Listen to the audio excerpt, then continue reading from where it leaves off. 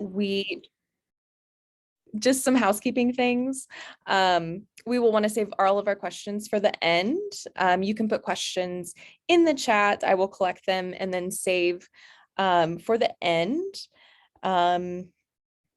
I will be putting the evaluation in the chat 5 minutes before the end of this session. So please fill that out. They're very valuable to us. So let's go ahead and get started. Educating Children of Color proudly presents Mr. Tim Wise. Tim Wise is among the most prominent anti-racist writers and educators in the United States. He has spent the past 25 years speaking to audiences in all 50 states, on over 1,500 college and high school campuses, at hundreds of professional and academic conferences, and to community groups across the country. He has trained corporate government, education, entertainment, media, law, enforcement, military, and medical industry professionals on methods for dismantling racial inequity in their institutions. Mr. Wise is the author of 9 books, including his most recent, Dispatches from the Race War, December 2020, from City Light Books. Other books include Under the Affluence, Dear White America, Letter to a New Minority, and Colorblind, all from City Light's books. His highly acclaimed memoir, White Like Me, Reflections on Race from a Privileged Son, recently updated and re-released by Soft Skull Press. Affirmative Action, Racial Preference in Black and White, Speaking Treason Fluently, Anti-Racist Reflections from an Angry White Male. And Between Barack and a Hard Place, Racism and White Denial in the Age of Obama. He has appeared on hundreds of radio and television programs and is a regular contributor to discussions about race on CNN and MSNBC. So without further ado, let's welcome Mr. Wise. Thank you. Thank you so much. Couple things, housekeeping issues up front. First, I don't know about this internet connection. I can't vouch for it, as you can probably tell or ascertain. This is not my home. I'm in a hotel room, actually in Burlington, Vermont, where it's 25 below with the wind chill. So that's great. Fantastic. Glad to be here, trying to stay warm, but also trying to make sure this internet connection stays up. I am not technologically proficient, as I joked the last time I was for the conference last year with you all, many of you, I'm sure, back for the second time or more for that. I joked about it then, I'll joke about it now. I am 53 years old, which means that anything that is beyond about 1981 Atari video games is way beyond my pay grade. So there's every possibility I'm going to get disconnected. If I do, I will scramble to get back and to complete this session, because it is an important conversation that I want to have, and conversation that we will have once I finish the formal piece of it. We'll do some Q&A and some conversation about how to talk about these issues of critical race theory and systemic racism, particularly in schools where that conversation is so under attack. So keep my fingers crossed that this will not disconnect us, that the phone won't ring, that some other hotel related noise will not be made, and we'll see what happens. As far as the topic today, I was trying to think about how I wanted to approach it, because right now there, I think, has been, obviously for the last 2 years, a very concerted attack on what is being called critical race theory. But I think we make a mistake if we accept that framing, that is actually what the far right in this country is doing. What they are doing is not really attacking or even criticizing or even grappling with what is actual critical race theory. I wish they would grapple with that. I wish we were talking about that. I wish we were talking about that in schools. I wish we were training teachers around critical race theory. We're not. That's not actually the world in which we live. What they are doing is really attacking the very concept of anti-racist education and the larger anti-racism movement in this country. And I'll demonstrate that to you in a couple of ways. But before I do it, let's just sort of put this in some context. Why is this happening now? Why is it that 24 state legislatures in the last year and a half have introduced legislation? I think 15 of them have now passed some form of legislation to restrict various things that they're calling critical race theory, various types of learning and teaching around issues of race. Why now? Because critical race theory, which they're calling these things, has been around since like 1980, 1981. Derek Bell and others who really created that within the field of legal studies. It's been around for 40 plus years. And it's only now in the last year and a half or so that all of a sudden the far right has latched onto this as the new boogeyman. Now, why? What is happening in the last year and a half that would justify this obsessive fear and paranoia about anti-racist education? Well, the answer should be obvious, right? The answer is that this fear developed at the very same time that the uprising in this country post the murder of George Floyd happened. And so when the summer of 2020 saw the explosion of activism and the rush of literally millions of people, many of whom had never been involved in racial justice work before, especially a lot of white folks, into the racial justice movement, you can imagine there were folks who were scared by that. There were folks who were concerned about that, folks who were concerned that all of a sudden this term systemic racism was being heard in the media. I mean, when was the last time prior to, let's say, summer of 2020 that you'd ever heard those words uttered in mainstream media? You hadn't. We didn't talk about those. We did. I mean, those of us who do this work use that kind of phrasing. But unless we were lucky enough to be interviewed on one of those, mainstream media outlets, the typical conversation wasn't about that. So all of a sudden, in the aftermath of the killing of George Floyd, in the midst of this uprising, the fear emanates around, what are we teaching these kids? What are these kids learning? My God, they're talking about systemic racism. And there was a fear, I think, quite palpable, that when you had all these young white people in particular discovering racial injustice, that becomes especially dangerous, right? The far right expects Black and brown folks to be complaining about racism because Black and brown folks have always led the struggle for racial justice. They know what to do with that. But the idea that suddenly millions of white folks would also be in the streets, maybe not knowing what they're doing. I'm certainly not going to suggest that we all did, but all of a sudden millions of white folks with those banners and those placards and, talking to people online about these issues, that necessitated a backlash. And as Carol Anderson, brilliant scholar at Emory University, talks about in her book, White Rage, in every generation, when there is progress, either real or even sort of symbolic progress for Black people in this country, there is that white rage reaction. It happened after the end of enslavement. It happened after the end of Jim Crow segregation. It happened after, affirmative action programs were created in the 70s. It happened with the rise of Barack Obama, and it's happening now with this uprising. So nothing about this should be surprising, but we have to understand that historical context. It didn't come out of nowhere. It came out of a very specific historical tradition of white reaction and white backlash to any type of progress, even if it's only progress in terms of the narrative, right? Because it's not like we've had major police reform since the summer of 2020. Very little has fundamentally changed about systemic racism in the justice system or policing or any other institution, but the narrative started to change. And if the narrative starts to change, that poses a risk and a threat to those who want that old narrative in place. It's sort of like another version of border control, right? The same folks on the right who want to control the literal border of the country, well, at least the southern border. They don't worry about the Canadian border very much. They're not worried about sneaky Canadians coming down to take advantage of our healthcare system, I suppose. But they do worry a lot about that southern border, right? Well, they're also worried about the narrative border. Borders are not just physical. Borders are also narrative, right? The story that we tell about America. And in some ways, what these folks are doing is they're saying, well, we're going to try to continue to control the physical border and determine who can come in and who can't.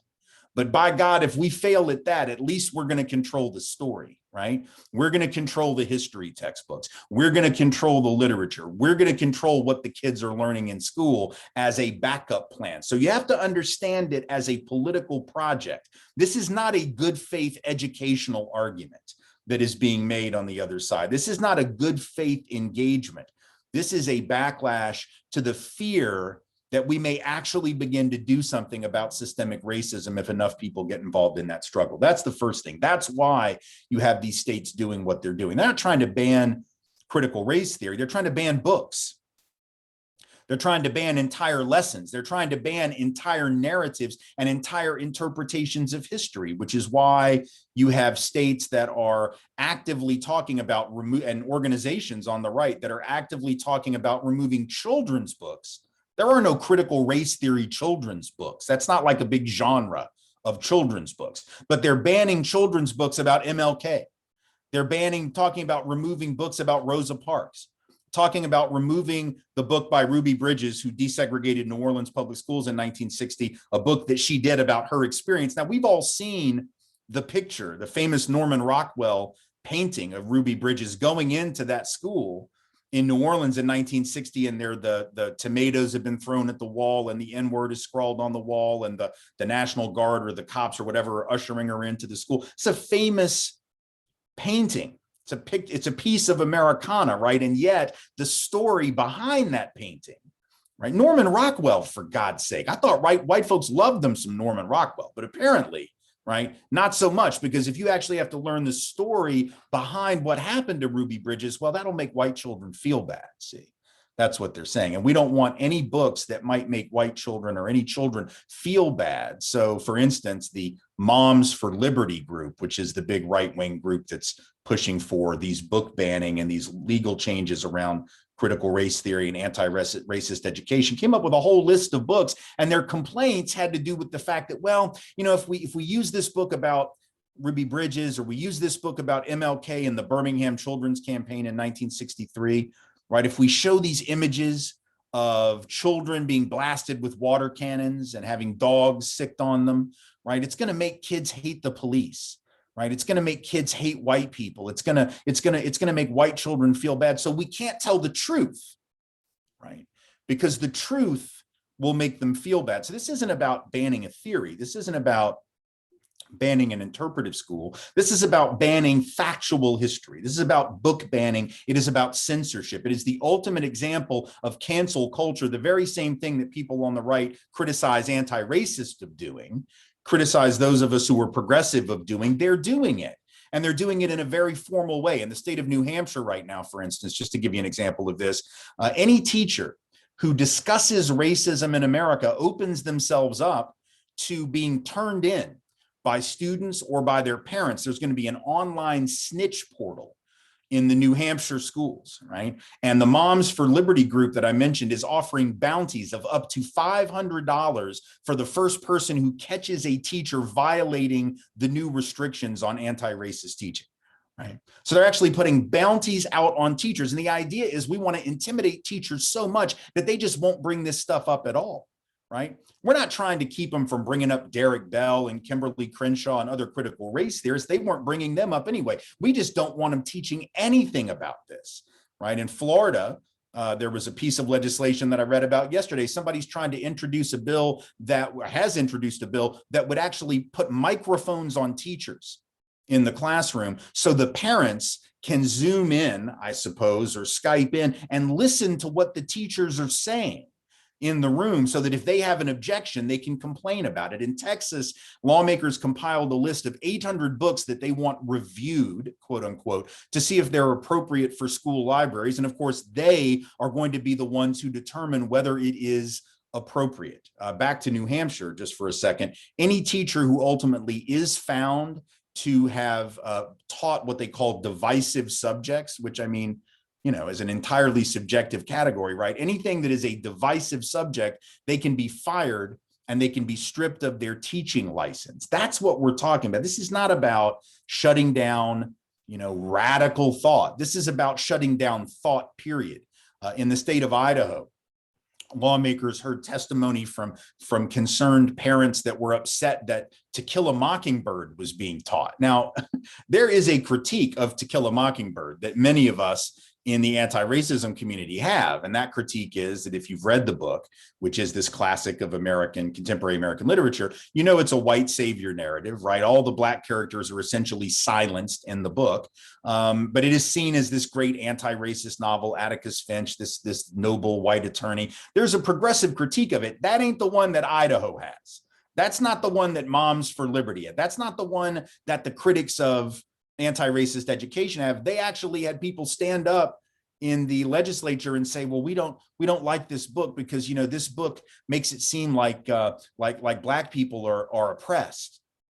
Well, now keep in mind, To Kill a Mockingbird, that story takes place in Alabama in the 1930s, y'all.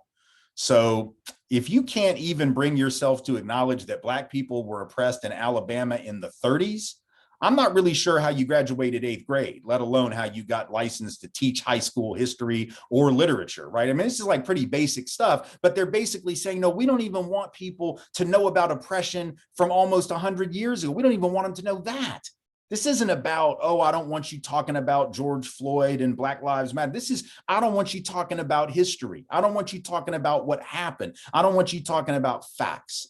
So we have to understand that, because otherwise we get sucked into this debate about, well, you know, you're saying it's critical race theory, but here's what critical race theory really is. We cannot play by that rule, right? We cannot allow that framing to hijack what's really happening. This framing, for those of us who work with young people and those of us who work in schools with teachers, we have to flip this framing around. We cannot be on the defensive, simply trying to defend. I can defend critical race theory all day long. I am a critical race theorist. Most of my work is informed by critical race theory. But if we get off in the weeds in an academic debate about what is a critical race theory and what isn't, and I know that's what we titled this because that's the way we get folks in the room. But what people need to understand is that if that's what we end up doing, then we lose. I mean, if you look at Joy Reid's MSNBC show about a year ago, she had Christopher Rufo, who is one of the main guys on the right attacking critical race theory on. And that was her approach. And I'm friends with Joy and have been on her show many times and love her. But her approach was to argue with him and to try to make him look stupid for not knowing what critical race theory is. Well, he doesn't know what it is. But the problem with that approach is that her assumption was that he cared what it was, right? And if she could just make him look bad, that would somehow, sort of derail his movement. And he just sat there and laughed. And actually at one point said, these are his words, I don't give a shit about the specifics. His words, all right? He didn't care because it didn't matter whether he was misrepresenting critical race theory. He didn't care. It's just a buzz phrase for him. It's a brand. And he admitted as much on Twitter. They're just trying to create a negative brand association, anything at all. Diversity work, they call that critical race theory. Equity work, that's critical race theory. Inclusion work, that's critical race theory.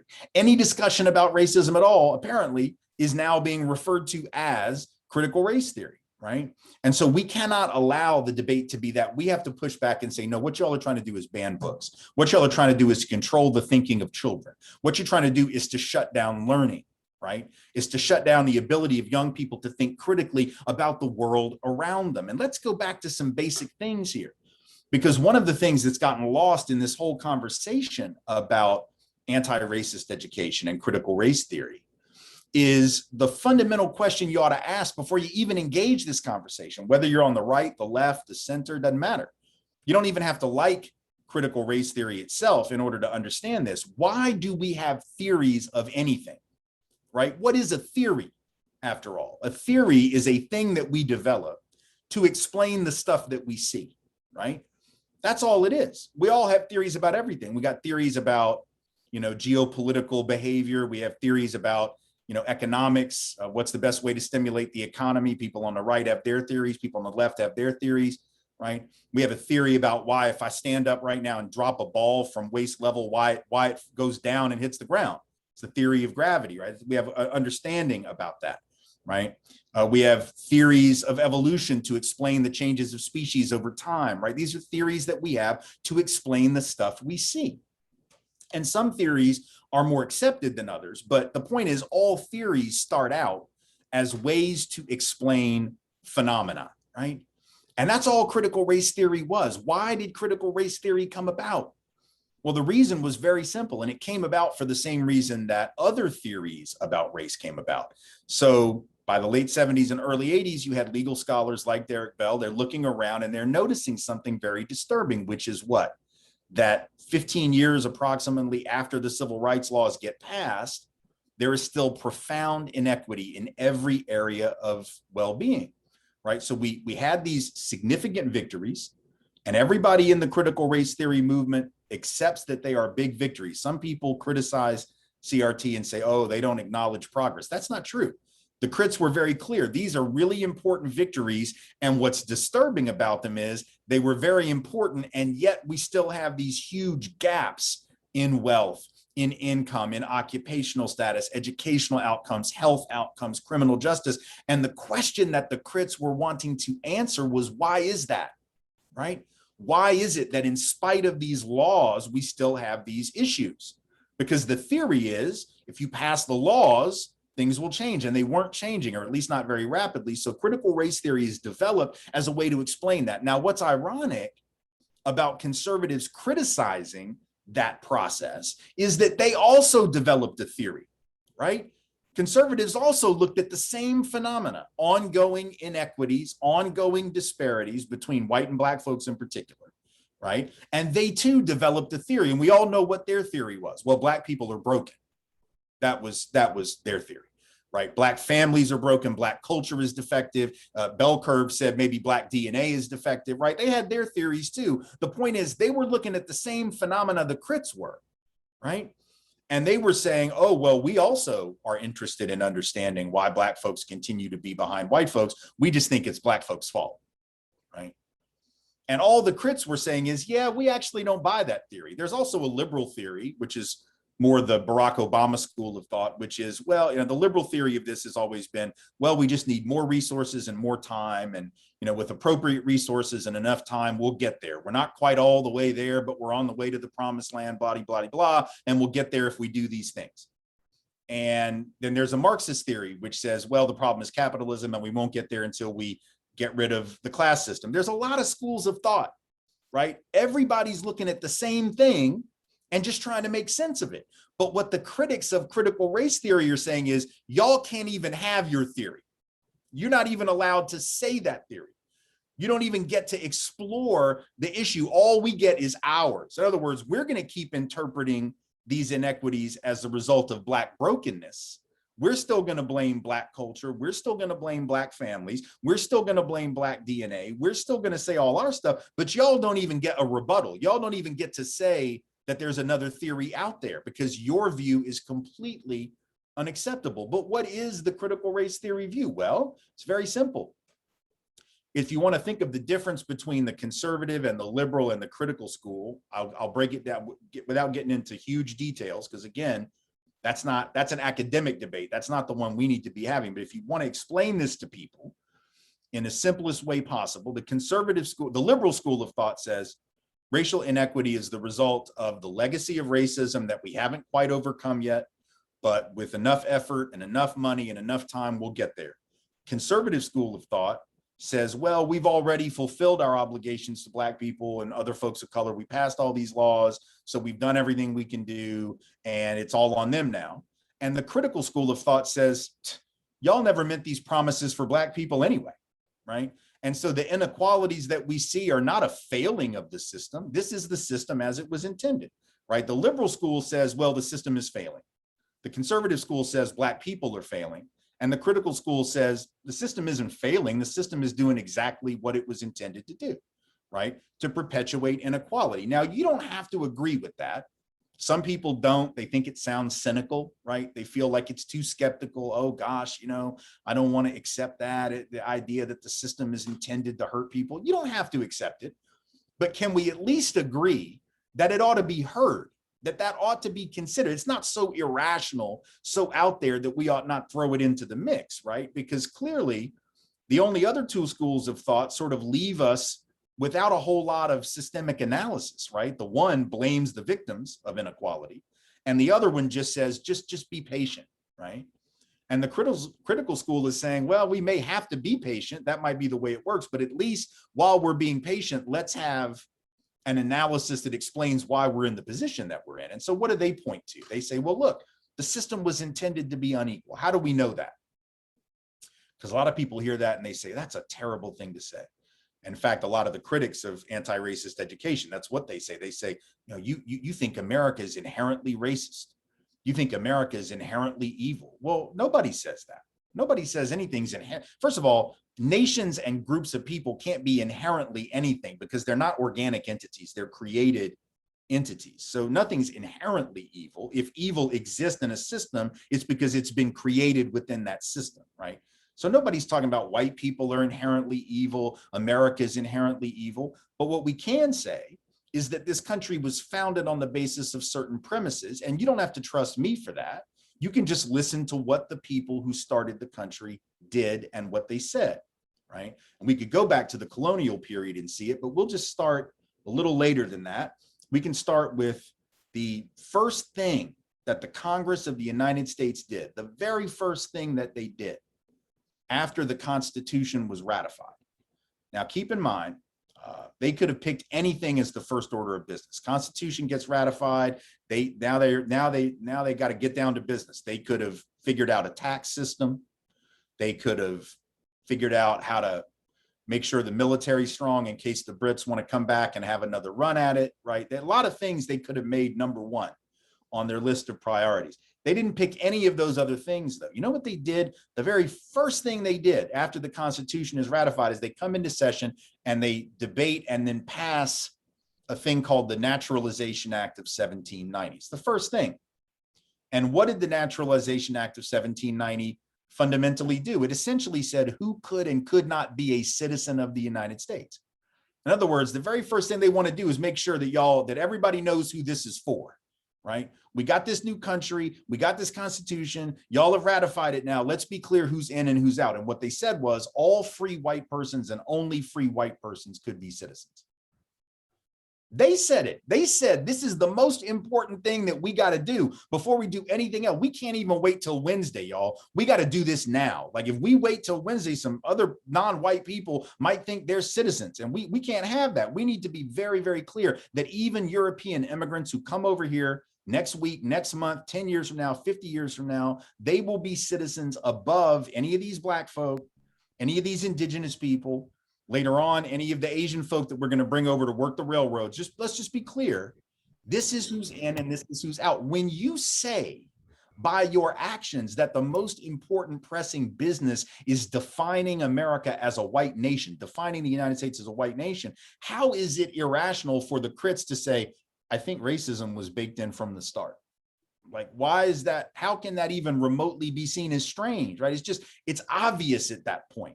And it's not hating America to say that. It's not saying it's an inherently evil place. It's saying this was there from the beginning, right? It was part of what was in the soil and the soul of the country. Interestingly, if you want to know who said that, other than the founders by their own actions and other than me right now, you can go back and look at what Dr. King said. Here we are coming up on Dr. King's holiday, right? And the folks who criticize CRT and anti-racist education, they will, of course, try to wave the banner of Dr. King. They always do around this time of year. They always try to talk about how they are the true upholders of the Kingian tradition, and it's the crits who are against the colorblind model of Dr. King. But Dr. King was not even remotely colorblind. He actually said that racism was embedded in the soil of this nation. It was as native to America as sagebrush and buffalo grass. That's what Dr. King said. They won't quote that on Monday, right? That you won't hear that quote. That won't be on the news, right? But Dr. King said it multiple times in the last 2 years of his life, said that it was as native to the soil as sagebrush and buffalo grass, that it was embedded from the beginning, that it was systematized, right? And so this is a respected view and school of thought that most historians, if they're honest, don't even really dispute. And yet folks now on the right are disputing it, because if we acknowledge that racism has been foundational to the country, if we acknowledge that it was embedded from the very beginning, then all of a sudden we begin to realize that it's not enough that we passed the Civil Rights Act or the Voting Rights Act or the Fair Housing Act or other individual pieces of legislation, because the problem was much more deeply embedded than we understood. If people begin to understand that, see, they become dangerous, because then they start asking, well, what more do we need to do, right? What more do we need to do? So the reason we want to get rid of the notion of systemic racism and say, like some of these states have said in their legislation, they say, I think it's the state of Texas, their wording says that no teacher, no curriculum material will suggest that racism is anything other than a deviation from an otherwise solid commitment to the principles of liberty and freedom. So in other words, they're literally saying you must teach of racism as a deviation from the otherwise solid commitment to liberty. You can't. So how do you teach about the Naturalization Act then? You can't, right? Because if you teach about that, that's not a deviation. That was like first order of business, right? The deviation has been anti-racism. The deviation from the norm has been equity.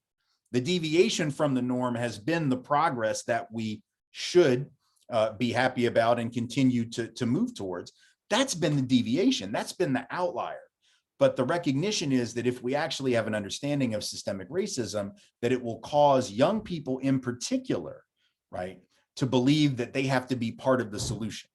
And if they then become animated on behalf of racial justice, then they will be politically dangerous to those who would prefer that we not talk about those things. So that's what this is. All that critical race theory is saying is, look, that same thing that y'all are looking at, and you look at it and you see Black people being defective, and then the liberals, y'all look at it and you see it being just a money and a resource issue. We're looking at it and we're saying, no, this is, sort of failure by design, if you will, right? So when we say, gosh, the schools, they just aren't working. Well, is that right?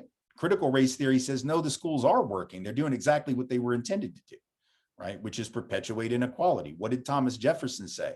Again, it's always easier if you just use their words. You don't have to listen to me. You don't have to listen to critical race theorists in 2022. Just listen to them. Thomas Jefferson said in Notes on the State of Virginia that what we needed in the new country was like 6 years of mandatory school. That was it. And he didn't mean for everybody, obviously. He didn't mean for Black folks. He didn't mean for all white folks, for that matter. He didn't mean white folks without property. He didn't mean girls and women. But for the white men of means, 6 years would be enough, he said, so that we could, his words, rake a few geniuses from the rubbish, right? That's what Thomas Jefferson was saying, even about other white people. He was basically saying, I don't even like all of my people. I don't even like most of us. Like most of my own, we're sort of trash, but we can figure out who the trash is if we just give everybody 6 years. He was admitting the purpose of school was inequality. And that was just within white people. He wasn't even clearly thinking about educating Black and brown folks. He was just saying, even among us, this is not about equality. So if you have one of the founders of the country, and he was also the founder of the University of Virginia, right? He was a noted educational theorist of his day. And he's admitting, no, man, the education is not the great equalizer. That's what we say. That's the thing you hear new teachers always say, right? I got into schooling because education is the great equalizer. What country do you think you're a teacher in? Because it's never been a great equalizer, right? Woodrow Wilson, early 1900s, said the same thing. He was the president at Princeton before he became president of the United States. What did Wilson say? Wilson said that what we needed was one group of people to go to college, and another group, a much bigger group, he said, to forego the privilege of college and prepare themselves for the performance of difficult manual labor, right? So what was he saying? And again, he was a vicious race. He wasn't even thinking about Black people. He was just talking about other white. He's like, most of y'all white folks need to just lift things, right? Like, we just need y'all to sweat and do hard work. And most of y'all not really college material. Handful of y'all are, saying the same thing that Jefferson was. So inequality was always on purpose, even within the white group, let alone between white and Black. So how is it radical or irrational for the critical theorists to say, no, this system is actually working exactly the way it was designed? I know it's not pleasant to hear that, but when you actually look at the history and what the people who created the system said and what they did, think about schooling. If we were a system that was predicated on providing equity in schooling, we wouldn't use standardized tests on unstandardized kids from unstandardized backgrounds who came from unstandardized families and neighborhoods with unstandardized resources and then call that fair. We do that precisely because we know it will produce inequality. We know that, right? So we don't use it because it has some legitimacy. We use it because it works for the people at the top, right? And we wouldn't be tracking kids into, standard level, remedial level, honors, and advanced placement level in the way that we do. We have 168 high schools, I think, in the state of California, for instance, at least as of a few years ago, that don't have any AP or honors classes in them. Guess where those are, right? They're in Black and brown communities or poor white communities in the Central Valley, right? And so on an economic level and a racial level, all of this inequality is very much, it's either deliberate or we got the stupidest people in the history of the world running everything. Like, they just can't even say, like, it's one of two. Like, either people are just that stupid, right? They just can't tell, like, oh, you mean standardized test on unstandardized kids produces inequality? I would never have thought that. Really? Or it's people that are like, yeah, using standardized tests on unstandardized kids produces inequality. That's sort of what we're going for here. Like it's one of those two, and either way is sort of bad, right? Like if we're actually being led around by people that don't know what they're doing, we need to replace them. And if we're being led around by people who do know what they're doing, and this is what they're doing, we need to replace them, right? Either way. But all those of us who do anti-racist education are saying is that if you want young people to develop the ability to understand their world, which is the point of education, that is the purpose of it. At least that's what progressive-minded people say. I realize that's not the purpose for other people. Some people think that the purpose of schooling is just to reinforce everything that folks learned at home, right? Reinforce whatever it is mom and dad. So, well, we don't homeschool college. So, and most people don't homeschool K-12 because mom and dad, like I can't teach my kids anything other than like this subject. And I don't think that they let you just learn about racism and then get a high school diploma. Like I couldn't possibly homeschool my kids on biology or math or anything else. So we send children to school with the intentionality of expanding their horizons and helping them to understand the world around them. You cannot help them do that if you shut down an entire theory or school of thought, right? If all you leave them with is the ability of saying, well, now, gosh, I wonder why there is so much inequality. And the right is coming along saying, it's these people, they're defective, they're inferior. And then those of us on the progressive side come along and say, actually, we have another theory to explain that. And then we're told, no, you don't even get to share that theory. That's just censorship. That's all that is. Right? That's just book banning. That's all that is. And that's the way in which we need to talk about this thing, right? That is the purpose, that is the intentionality, that really all that we are trying to do is teach honest history. We can debate and discuss it. There's nothing wrong with that. We can have discussions and debates about contemporary racial issues and historical racial issues, right? But the only way that you can have an informed discussion and an informed debate is to allow all the evidence to be examined. And if we can't introduce the evidence of what Jefferson said about schooling, if we can't introduce the evidence of what the Congress did with the Naturalization Act, if we can't introduce the evidence, for example, about why the South seceded, because Texas only started teaching the truth about that in 2017, y'all, right? 2017 was the first time that the school books in Texas actually told the truth about why Texas seceded, because Texas actually had explained it in real detail. Like you can find this online, that they had a very lengthy document that they reported out, and it was all about slavery. It was all about white supremacy, and it was about nothing else but that. But the students in Texas were not taught that until 2017, right? So for all of those years, they were being misled into believing that slavery was like a side issue. Oh, no, it was about states' rights. It was about this, that, and the other.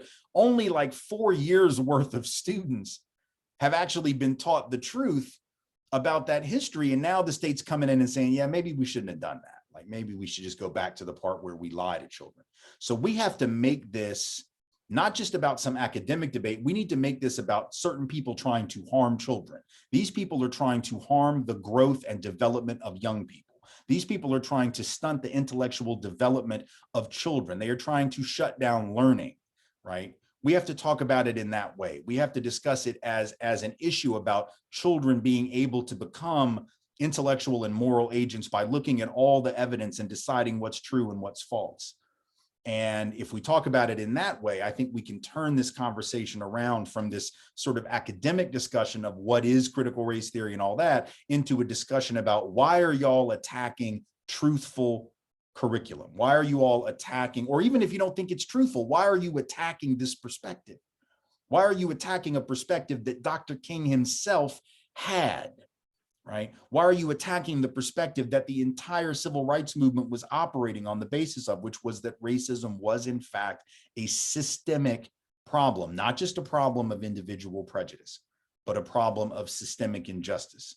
Because that's really what this conversation is people trying to make it as if racism is not institutional, that it's not systemic, that it's just about personal and interpersonal bias. That's what these new laws are requiring teachers to say and requiring schools to teach. And so we should be out there arguing about this as a censorship issue, as a book banning issue, for the simple reason that, frankly, young people, and this is a strategic concern, right? Young people know when they're being lied to and they resent it.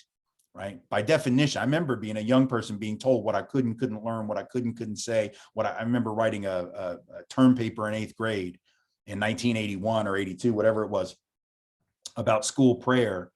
And, it was one of those term papers where you're supposed to present both sides, and I did, but the title of my term paper was Our Father Who Art in Homeroom, which I thought was incredibly hilarious, actually, for an 8th grader. I thought that was quite brilliant. But the teacher didn't think it was brilliant. And the teacher graded me down for using a title that was sacrilegious. Keep in mind, this isn't a public school where you're not supposed to really bring up things like sacrilege in the titles of term papers. So I resented it. I resented being told what I could and couldn't say. That's the same way the young people may be different today than they were 40 years ago, but not that different.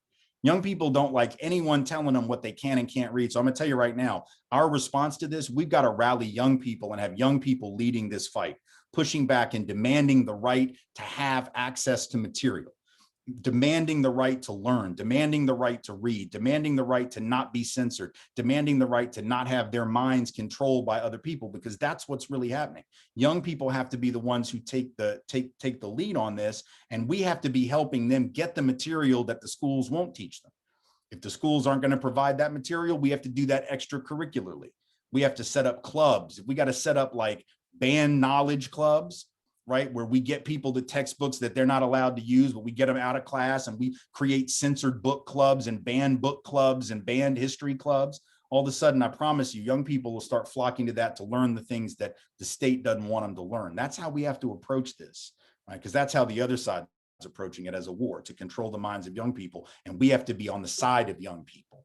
And we have to be talking about young people as capable of learning the truth and dealing with the truth, and then moving forward in a place of truth to create a more just society. So I'm going to leave my comments there and spend the rest of our time. We got about 30 minutes. I want to take questions and talk. We could talk about it strategically, intellectually, analytically, whatever y'all want to talk about. But I appreciate you being here and choosing this session. I know you had several other great sessions going on at the same time, so I appreciate you hanging out with me. I'm very happy that the tech cooperated. Now that I've said that, it'll probably go down, right, as y'all start to ask me stuff. But anyway, thank you again, and we'll do questions. And you've been asking them probably all along, but they will be fielded to me because I have not been keeping up with the chat. So I will let y'all handle that. Thank you so much. Appreciate you.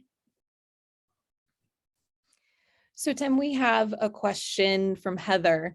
How do we have a conversation with those who don't want to do anything except state untrue rhetoric? Well, I think whenever you're dealing with people who are coming at it from a narrative, a story that they have, which they believe very deeply, and you have a different story that you think should be shared, there are two things, right? One is to ask people why they think what they think is true, right? It's interesting to explore that. It's interesting to ask people, well, talk to me a little bit about why you believe X, Y, and Z, because the answers will typically be that, well, that's what they learned, right? That's what they were taught, perhaps, maybe in the home, maybe in the schools, maybe they got it on Facebook from some uncle, I don't know, whatever. But right, that's what they've heard. It's maybe the only story that they have heard. And the reality is, it just goes to prove how little we actually do anti-racism education, that the vast majority of folks in this country grow up thinking that anti-racist education is radical as opposed to just true, right? Because they haven't heard these stories. They really do believe that George Washington was this wonderful guy who chopped down a cherry tree and told his daddy, right? Because, oh my gosh, daddy, I did it. I cut down the tree. I'm sorry. He didn't, that's a lie. Like, that whole story is just made up. That did not happen. But I tell you what did happen. George Washington was a really vicious slaveholder who, every time an enslaved person ran away from Mount Vernon, he would put bounties on them, right, to drag them back. And the bounties would say, I'll pay like $10 for every lash you give, up to 300 lashes. I mean, this is that's who he really was. He wasn't this guy that like cut down a tree and told his papa, right? But that's the story people have heard. So if that's the only story that you've heard, that's the only one you're going to know. And so my question for people is, where did you learn the history that you learned? And then once you tell me that, then I can tell you, well, okay, and then here's where I learned what I learned. And I don't have to necessarily spend my time trying to debunk your version right now while we're having that conversation, but I can at least say to you, listen, there's a different story out there. And I'm fine with your story getting heard. Hell, your story does get heard. The cherry tree story does get told. The founding fathers being these great people, these brilliant scholars and minds, it does get told. The story of America as a flawed but great nation, we do tell that story. And I'm not saying that we shouldn't have that story be part of the mix. It is part of the mix, right? But there's another story, and I need that person who doesn't want that story to even be told so that young people can think it through themselves. I want them to explain what it is they're afraid of, right? I need people to explain, why are you afraid of this story? If this story is so irrational, so ridiculous, and your story is true, then surely the kids will see that, right? The students will look at it, they'll be like, well, this doesn't make any damn sense at all. What are you talking about? The Naturalization Act of 1790. I don't even think that's real. What are you talking? What? Only Judge ran away and George Washington wanted to whip her? Nah, that can't be right. Why, there's no evidence for that. If there's no evidence for it, then surely the young people will see it. What is it you're afraid of? I want to have that dialogue, because the answer to that will end up being very instructive. Obviously, if these arguments weren't true, you wouldn't be afraid of them. It's like if I accuse you of being a serial killer and you know where you were Monday night when that person went missing, you got an alibi, you're not going to get real twisted about the fact that I called you a serial. You're like, man, I got records, I got receipts, I can tell you where I was at. I didn't do anything. I got an alibi. If America has an alibi, then nobody should be afraid about this version of the story. Obviously they are, but part of it is just getting them to see why and to think about why, right? And all we have to do is, we don't even have to stand up for a particular school of thought. Like I said, I will defend critical race theory to the nth degree, but you don't even have to. It's good to know what it is, which is why I tried to sketch it out as simply as I could in those three different: conservative, liberal, and critical school. But you don't even have to really get into that, at least not initially. It's just about saying, hey, can we at least trust young people to weigh all of the different theories of all the schools of thought?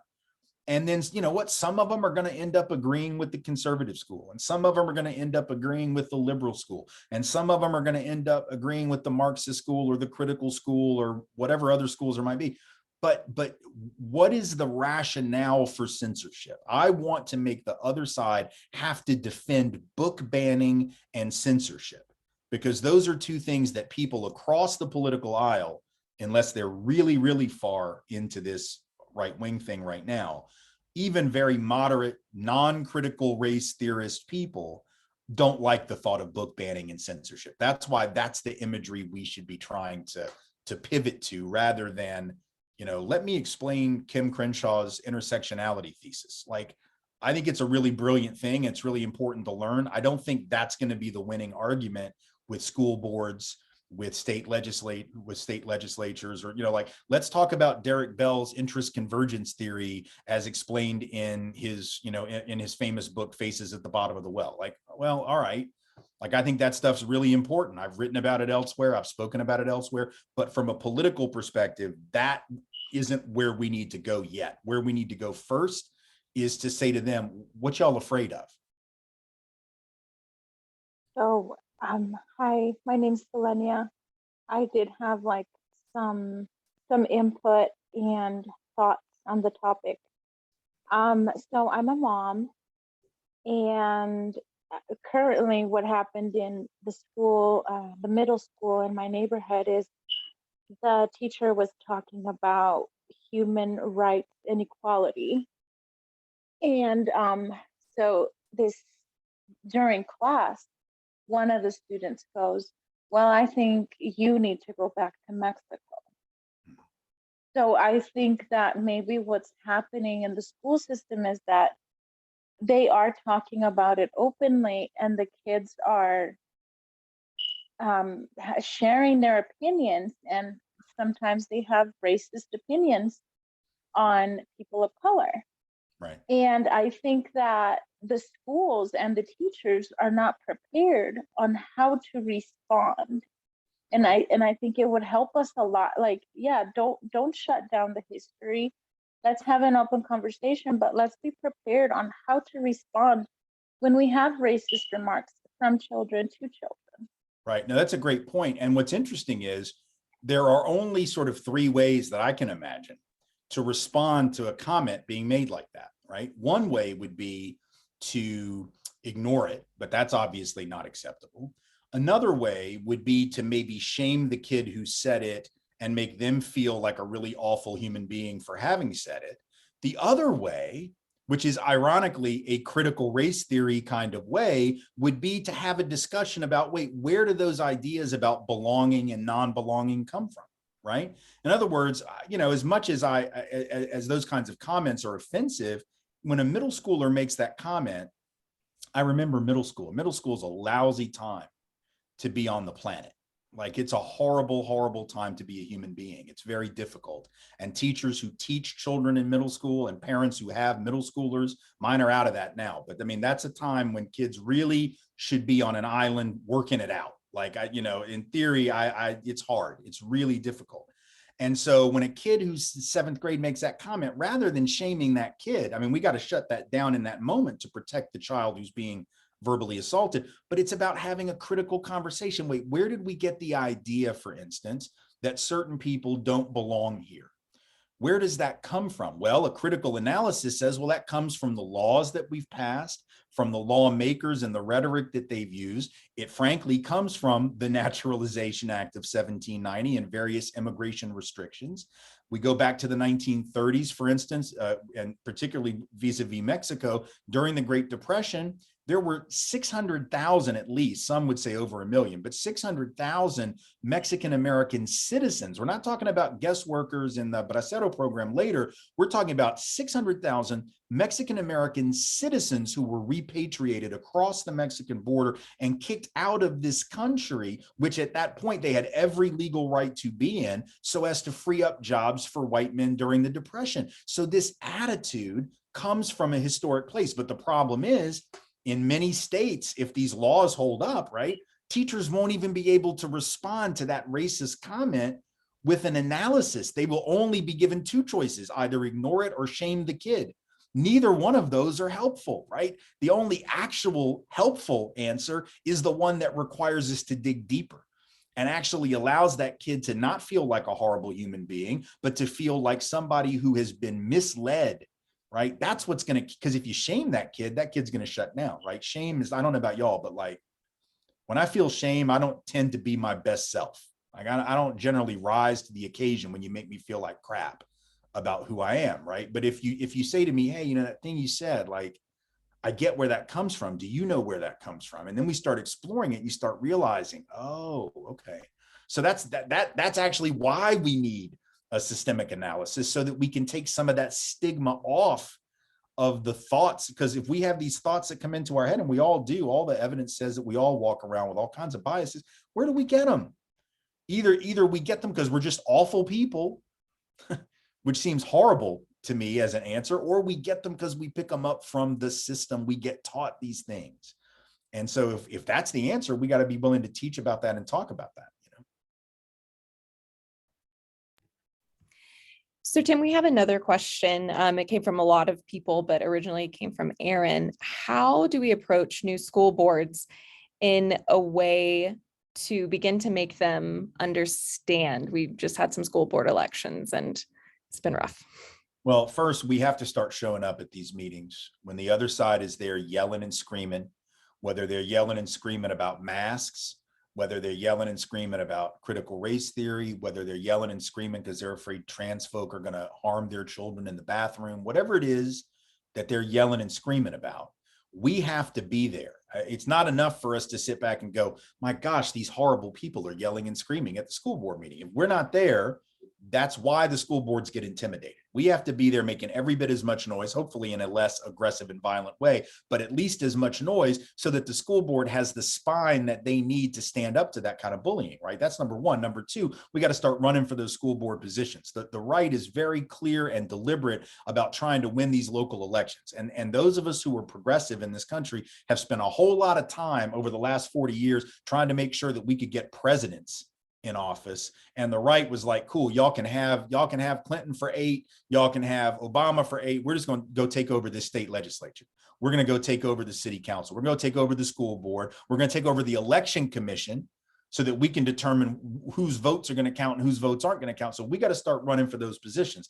The third thing is, once again, if we start going to those school board members and talking about this as a censorship issue, as a book banning issue, I mean, I'll tell you right now, these laws are not going to hold up in court.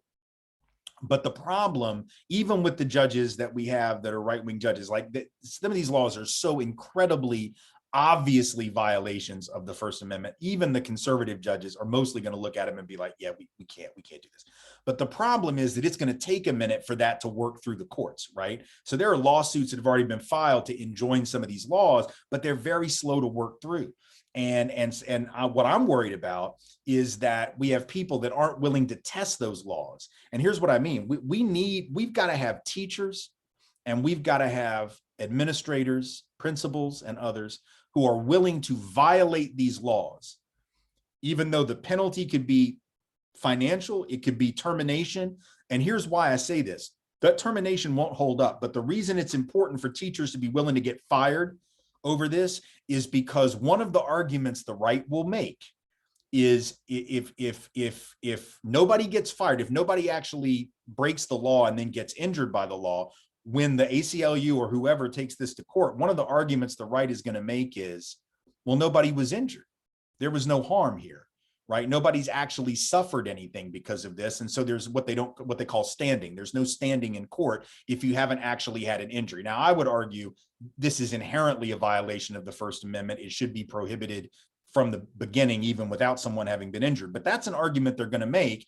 And there are some judges who may fall for that. So we've got to actually have teachers who are able to say, I lost my job over this. This is a First Amendment issue. Or schools that say, we lost $30 million in funding. This is a First Amendment issue. Because if we don't have people who've actually been injured, clearly injured by the law, it is possible that some judges would say there's no standing. This is what Texas tried to do with the abortion bill that they just passed, for instance, right? So what they did is they passed a bill where he said, we're sort of outlawing abortion, but we're not really going to enforce it. We're going to let individual citizens sue people who get abortions or help facilitate abortions. So it's private enforcement. And the idea was, we just want the clinics to shut down because they're afraid of getting sued. And the idea was, if they don't perform any abortions and break the law, then they aren't injured by this law that then gets them in trouble. And now they don't have standing. And so far that law has held up. It may not in the long run, but this is their new legal strategy, is we're going to pass laws to intimidate people to do what we want voluntarily. So if a teacher says, oh,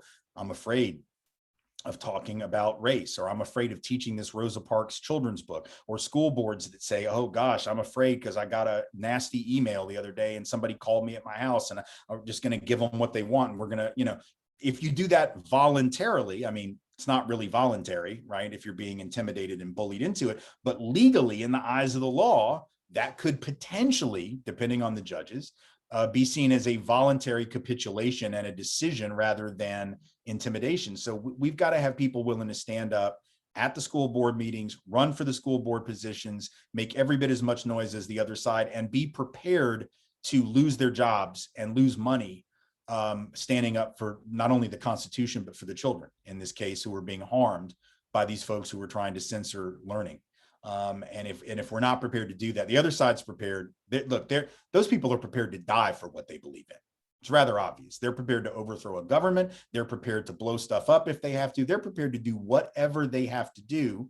And we're sort of prepared to post on Facebook sometimes, right? And get real angry on social media. And we've got to be every bit as animated as they are.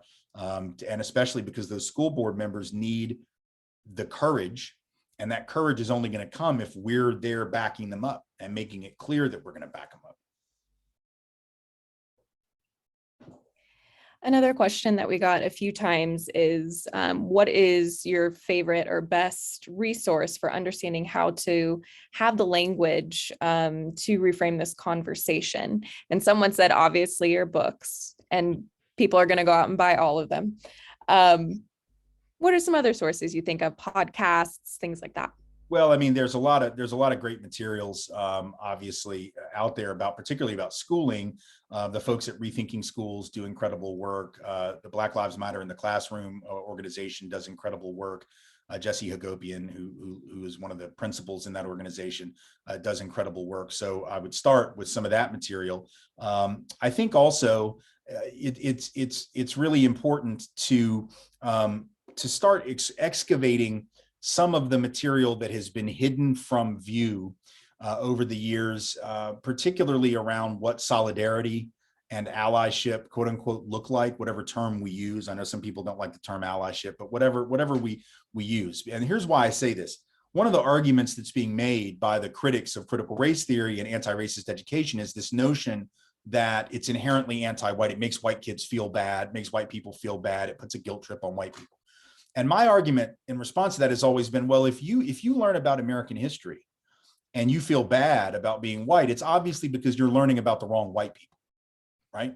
You're obviously learning about the ones that did the deed. You're learning about the ones who enslaved other people. You're learning only about them. You're learning about the ones who committed indigenous genocide and only about them. You're learning about the ones who precipitated and facilitated the war with Mexico and the theft of half of that nation in a war of aggression that we started, and only about them. But you didn't learn about white abolitionists, and you didn't learn about the white folks who were against indigenous genocide, and you didn't learn about the white folks who were in the US Senate who stood up against the war with Mexico and called it a colonial war of white Anglo-Saxon supremacy as a criticism, not as a praise, but as a criticism. You didn't learn about those folks. You can't name them. You don't know the history of white allyship in the civil rights struggle. And so unless we're also beginning to look at that, Herbert Aptheker's book, Anti-Racism in US History, the First 200 Years, goes back to the colonial period, looking at white allyship and solidarity, names and stories that most of us have never heard or learned about. You know, the stories of people in the more modern era, Anne Braden, Virginia Foster Durr, Bob and Dottie Zellner, white folks who stood up in spite of the lure and the pull of white supremacy and stood in solidarity with Black and brown leaders. They made mistakes. All of us who try to be allies make mistakes, but we get back in the work because we understand that it's important to redeeming ourselves as much as to redeeming and helping to redeem the country. The reason I say that's important is if we start teaching about white solidarity in the anti-racism struggle, we're creating different role models. And so now when these folks say, oh, you're just about making white people feel bad. No, I'm trying to give young white people different types of white people to be like, right? I'm trying to say, you don't have to be like that one. You don't have to be like Andrew Jackson. You can be like Jeremiah Everts, who stood up against indigenous removal. A white man stood up against indigenous removal and condemned Jackson for it. You don't have to be like the ones who enslaved folks. You can be like the ones who opposed enslavement. You don't have to be the ones who turned the dogs on Black folks in Birmingham. You can be like the ones who stood against that. You can be like those types of people, because clearly, if we're willing to talk about that, we're not trying to make anybody feel guilty. We're trying to give them alternative information that can actually say to them, hey, you got a different road that you can go down. There's a whole different tradition that they didn't even teach you about. And once again, the question to the young person is, why do you think they didn't want you to know about these people? Why don't you know Anne Braden's story? Why don't you know Virginia Foster Durr's story? Why don't you know the Zellner story? Why don't you know Mab Seagrass story? Why don't you know the Grimke sisters? Why don't you know John Fee? Why don't you know Joan Trumpauer Mulholland? Why don't these names mean anything to you? Well, because they're not in the history book. Why? Well, because if young white people see that they have a choice to make, they might make a choice, right? And there are folks who don't want them to make that choice. So we need to also be exploring that material.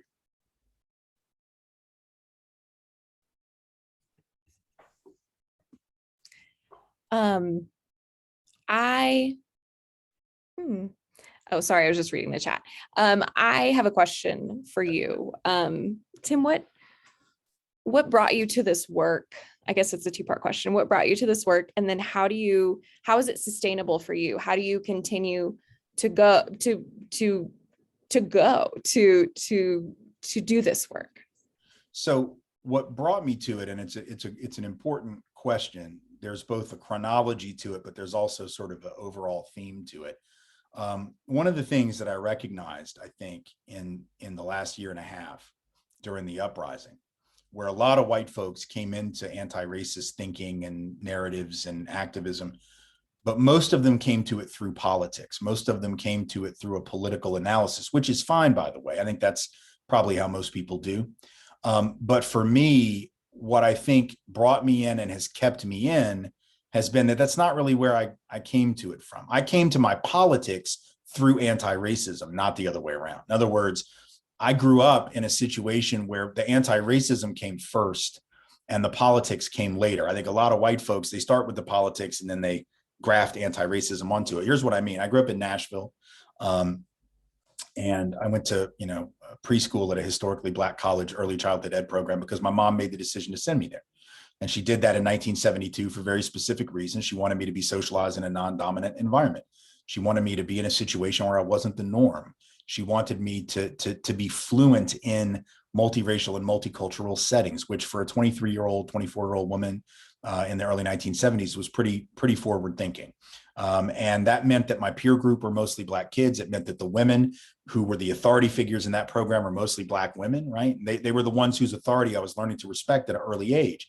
Well, there's nothing more valuable than that, because when you actually, the way I've said it in some of my articles is, it's one thing to read this stuff in a book or to learn it in a class, but the shit that you know is the shit that you know, right? And the shit that you know is the stuff that you see. Right. And so what I saw when I got into elementary school and middle school and high school was I saw those Black kids who I'd been friends with since preschool now, because I know all white people say we have Black friends and we're usually lying. Right. But like early on, that's all I had was Black friends. That's who I hung out with. That's who I played ball with. That's who I had lunch in the lunchroom with. That's who I played on the playground with. That was my context. So when I start seeing them treated differently and worse, for me, it registered. For a lot of white kids who didn't really hang out with Black kids, it wouldn't have registered. It wasn't because they were uncaring. They just wouldn't have even noticed it.